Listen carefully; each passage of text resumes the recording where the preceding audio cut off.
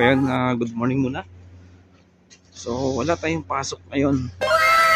So, ayan, naka-winter jacket tayo. Sobrang lamig ngayon dito sa Middle East. So, January na, tapos ang Pasko. At New Year na ngayon. So, Happy New Year muna sa lahat. At kung isa kang OFW na dito sa Middle East, shoutout sa iyo. Laban lang sa lamig ng panahon.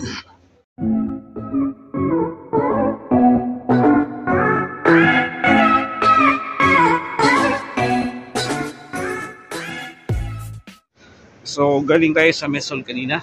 Nag-breakfast tayo. So, ayun, kahit malamig ang panahon, jacket na tayo, ikot muna tayo.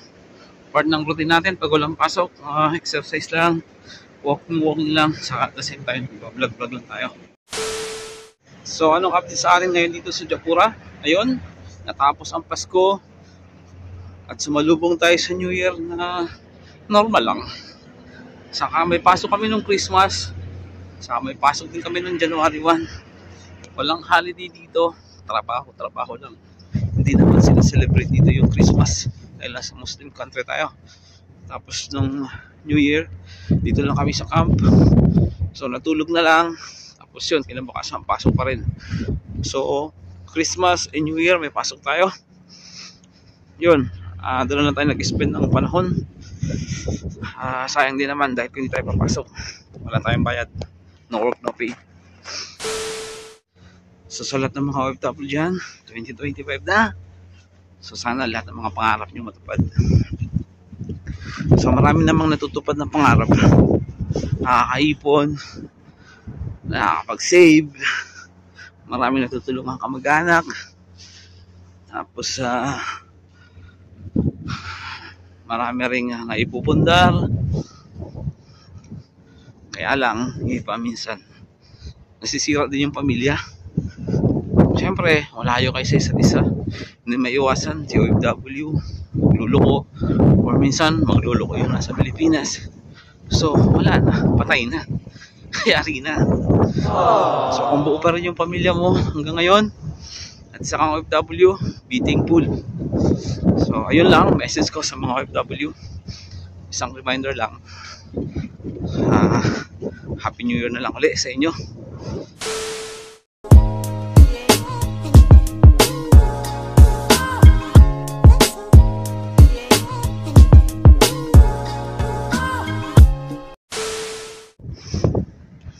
So, ang lamig ng umaga, no? Kahit malamig ang umaga, lakad-lakad lang tayo. Kanina, nag-breakfast nga pala ako. Ang breakfast namin, lugaw.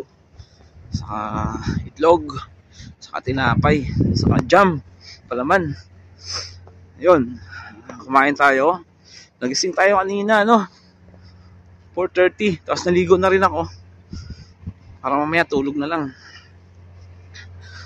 Tapos kung maligo yun, diretso na ako na Mesol. Tapos kumain. Yung dalawa ko kasama tulog pa eh. Ayoko lang istorbohin sila. So ayun, hindi ako nakapag-vlog kanina kasi madilim pa. Pangit ang kuha ng video dito sa cellphone ko pag walang ilaw. So yun, ang ganda ng umaga ngayon kahit malamig. Sikat ng araw. Whew. Tapos pag malamig, tamang puti lang tao sa labas. Kasi yung ibang lahi, ayun, yun ang malamig na malamig. Dahil ang mga Pilipino ang sumusugod sa lamig. Yung naliligo pa tayo, papasok sa trabaho sa umaga. Kahit malamig. Ganda ng sikat ng araw.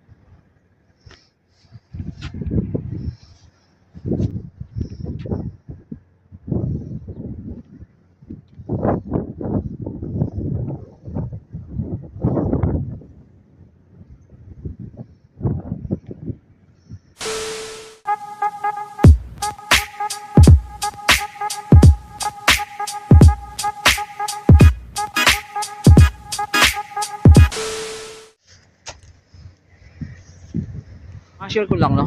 Ang pangit ang pasok ng bagong taon namin. Alam nyo ba kung bakit?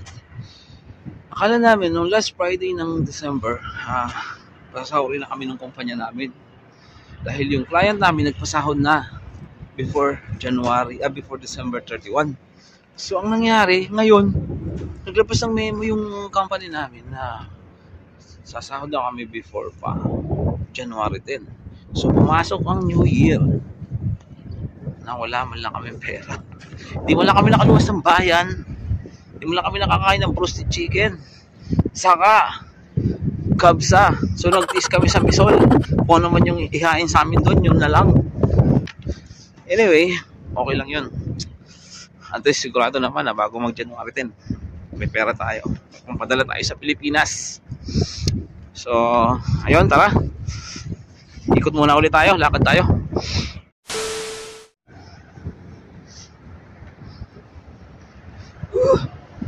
So, lalamig na yung mga kamay natin. So, ikot lang tayo ng isa, tapos diretso tayo sa Bacala. Bibili tayo ng kakain, o kaya bili tayo ng kape kung may kape doon. So, ayun. Ayun. Ikot-ikot pa rin tayo dito sa Japura, Saudi Arabia. So, ang laki ng kampo namin.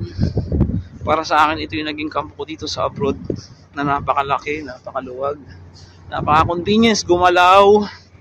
Tapos yun, gusto ko rin yung mga facility. Dahil may basketballan, may gym. Tapos kung gusto mo mag-jogging ka, luwag ng kalsada. So, hindi ka dito masasagasaan. Pag nasagasaan ka dito, tanga ka na lang talaga.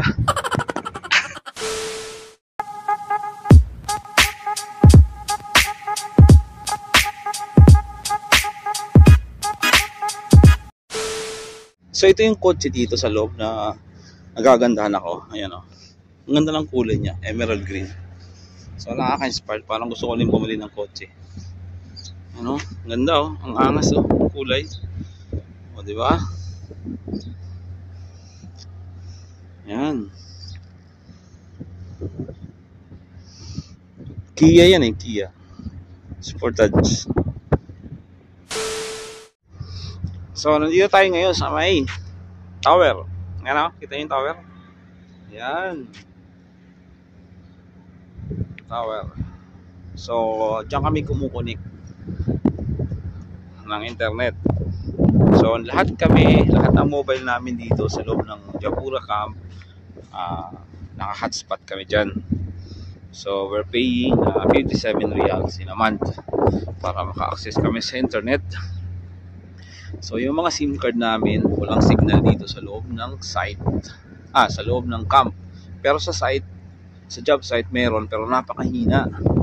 So ang hirap mag-remit ng pera through online dahil kailangan ng OTP. So paano papasok ng OTP instantly sa SIM card mo kung wala naman signal yung SIM card? So ang hirap talaga. Kaya no choice kami talaga, kailangan namin lumuwas ng bayan every month para mag-remit na siguradong makakarating sa Pilipinas yung i-remit namin.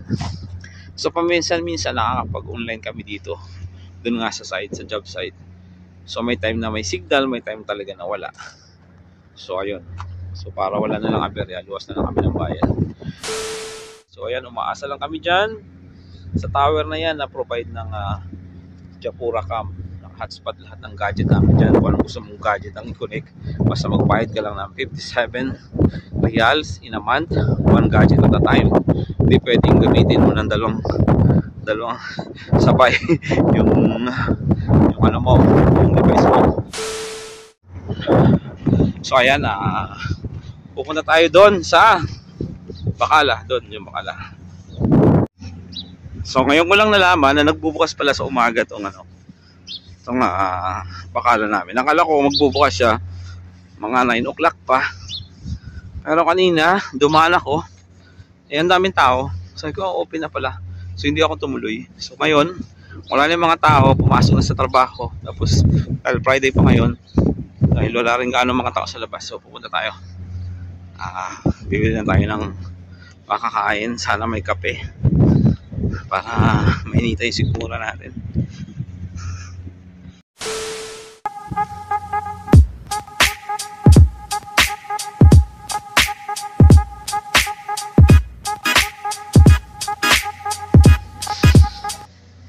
So maghanap tayo ng mabibili dahil tambay lang tayo mamaya sa room.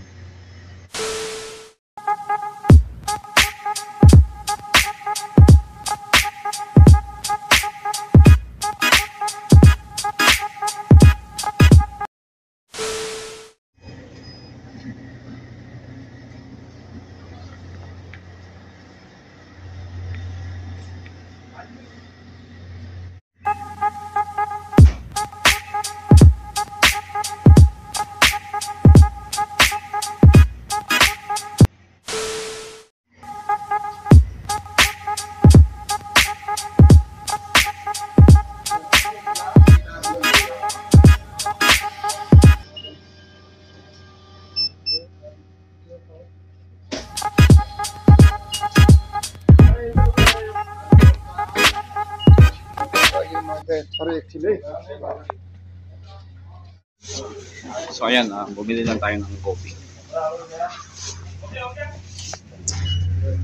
So dahil napakalamig ng umaga, so ayan, buti may available na coffee dito sa convenience store dito sa loob ng aming camp. So ayun, bumili naman tayo ng kape. So ang ingay doon sa may pakala dahil ang lapit sa generator. So ayan, kape-kape muna tayo sa malamig na umaga.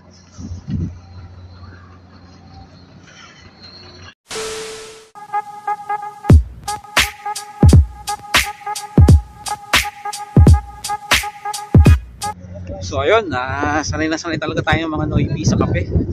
Parang hindi kumpleto ang araw natin hanggang di tayo nagkakape. Sarap ng kape.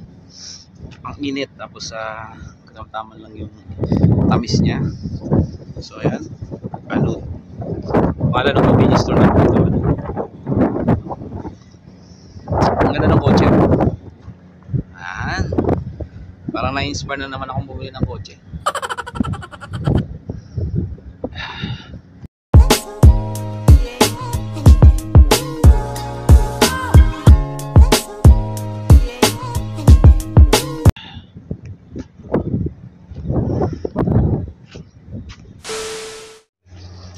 So ayun, naubos din natin yung kape natin.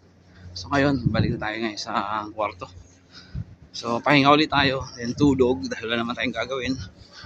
Or kung malakas ang internet, browse muna tayo. So ayun, hanggang dito na yung vlog natin. Thanks for watching.